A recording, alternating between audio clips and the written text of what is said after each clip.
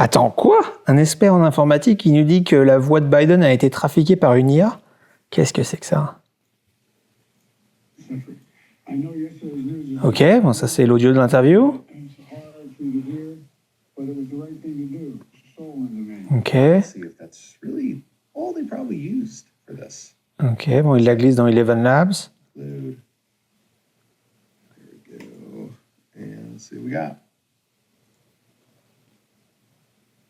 Quoi? Ça nous dit que c'est une IA? Attends.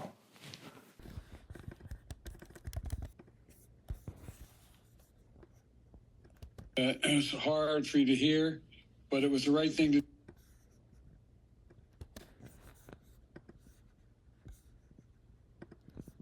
Ok, j'ai le même fichier que lui, le même website. It's I know it's hard. Ok.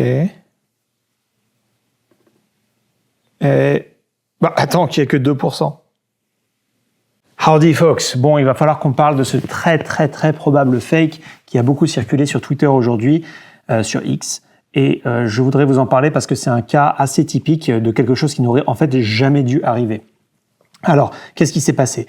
On a quelqu'un qui s'est filmé en train d'utiliser un ordinateur et qui prétend que la voix utilisée lors de l'appel téléphonique de Biden à Harris, qui s'est passé lors d'un meeting de campagne de Harris hier, a été générée par une IA. Alors effectivement, il y a des logiciels de génération de voix par IA, il y a des logiciels de clonage de voix par IA, et d'ailleurs celui qui est prétendument utilisé dans ce cas-là, eh ben je le connais très bien, il s'appelle Eleven Labs, c'est celui que j'utilise actuellement, que j'essaie de peaufiner pour m'aider à faire des doublages. Donc je le connais très bien, j'ai passé beaucoup d'heures à essayer d'utiliser Eleven Labs, et donc je sais ce que ça implique de faire du clonage de voix, je sais ce que ça implique de faire générer du texte par des IA, et donc quand j'ai vu ça, bah je me suis un petit peu méfié. Et je voudrais vous montrer ce qui, moi, m'a mis la puce à l'oreille et qui m'a fait me dire qu'il y avait peut-être un truc qui clochait derrière tout ça.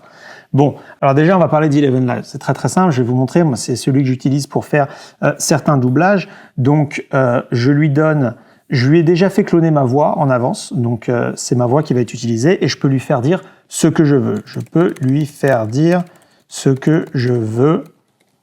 Je veux voter pour Biden. Alors vous voyez que c'est très certainement quelque chose que vous ne m'entendrez jamais dire, mais ici je génère, ça prend quelques secondes et ensuite j'ai un fichier .mp3 qu'on va écouter ensemble. Je peux lui faire dire ce que je veux voter pour Biden. Bon, alors vous voyez déjà un exemple typique sur Eleven Labs, c'est que des fois quand il y a des mots, donc là des mots anglais Biden, il va vouloir le prononcer en français parce que ma voix a été clonée en français, mais vous inquiétez pas, on va revenir sur tous ces détails de clonage qui font que c'était un des petits trucs qui m'a dit que c'était effectivement pas une voix générée par IA. Mais vous voyez un peu comment fonctionne Eleven Labs, en gros c'est simple, on donne du texte, il y a une voix qui a été clonée en avance et vous pouvez lui faire dire à peu près ce que vous voulez. Donc Eleven Labs fournit aussi un outil qui permet de tester un fichier audio pour savoir s'il est sorti d'Eleven Labs. Parce qu'en fait, ce que fait Eleven Labs, c'est assez malin, en fait, c'est assez basique, c'est que dans les fichiers audio qu'ils génèrent, ils mettent des données qui ne sont pas, donc des données dans le fichier MP3, mais qui sont pas audibles, vous, à l'oreille humaine, mais qui sont bien dans le fichier. Et en fait, ce que fait le robot Eleven Labs pour vérifier que le fichier est bien sorti du système, c'est qu'il essaie de repérer cette signature numérique dans le fichier. Et s'il la trouve, eh bien, il considère que le fichier est sorti d'Eleven Labs. C'est pour ça que c'est quelque chose qui est très fiable. Hein. Si j'upload, moi, on va faire l'expérience. Ce fichier-là que je viens de télécharger d'Eleven Labs, on va le passer dans le système. Et vous voyez, 98% de réussite, aucun problème. Donc voilà, le système fonctionne. D'ailleurs, ils utilisent la même technologie chez Médiamétrie, chez Nielsen. C'est ce genre de choses qui permettent d'identifier, de cacher quelque chose dans un fichier audio qu'un ordinateur peut retrouver ensuite derrière. Bon, bref, on va pas rentrer trop dans les détails techniques. Il se trouve que je suis un ingénieur en informatique, en audio et en vidéo. Donc en fait, ce genre de technologie, je les connais très bien. C'est aussi pour ça que ça m'a mis un peu la puce à l'oreille, ce genre de choses.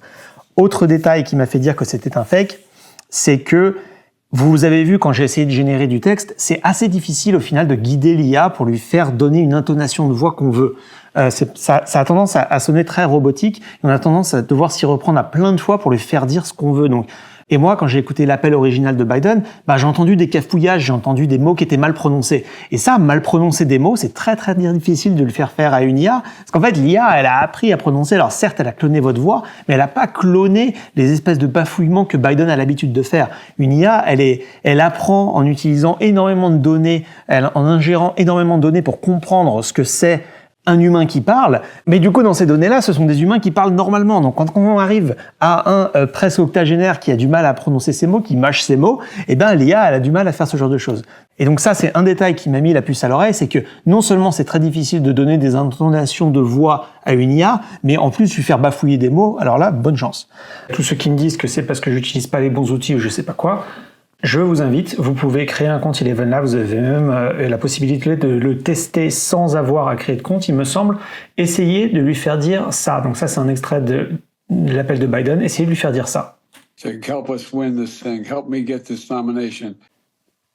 Il dit quoi là? Help us win this thing. Même un anglophone ne sait pas ce qu'il raconte. C'est quoi ce mot? Help us win this thing. Ok, donc essayez de le faire bafouiller à ElevenLabs maintenant. Mais surtout, revenons un peu sur ce tweet d'origine. Vous avez pour une fois une preuve entre guillemets scientifique de quelque chose. Il y a quelqu'un qui passe un fichier audio qui est accessible publiquement dans un outil qui est censé nous dire vrai, faux, IA, pas IA.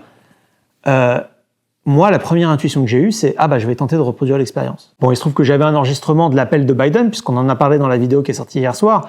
Donc c'était assez facile pour moi. Je l'ai glissé-déposé dans l'outil d'IA et je me suis rendu compte que effectivement l'outil d'ElevenLabs disait que non, cette voix n'était pas sortie des systèmes d'ElevenLabs.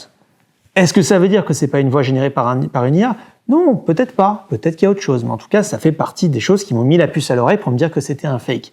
Et quand je vois que ce tweet d'origine, en quelques heures, a fait des millions de vues, des millions de likes, des millions de repartages, je me dis, mais attendez, c'est pas possible.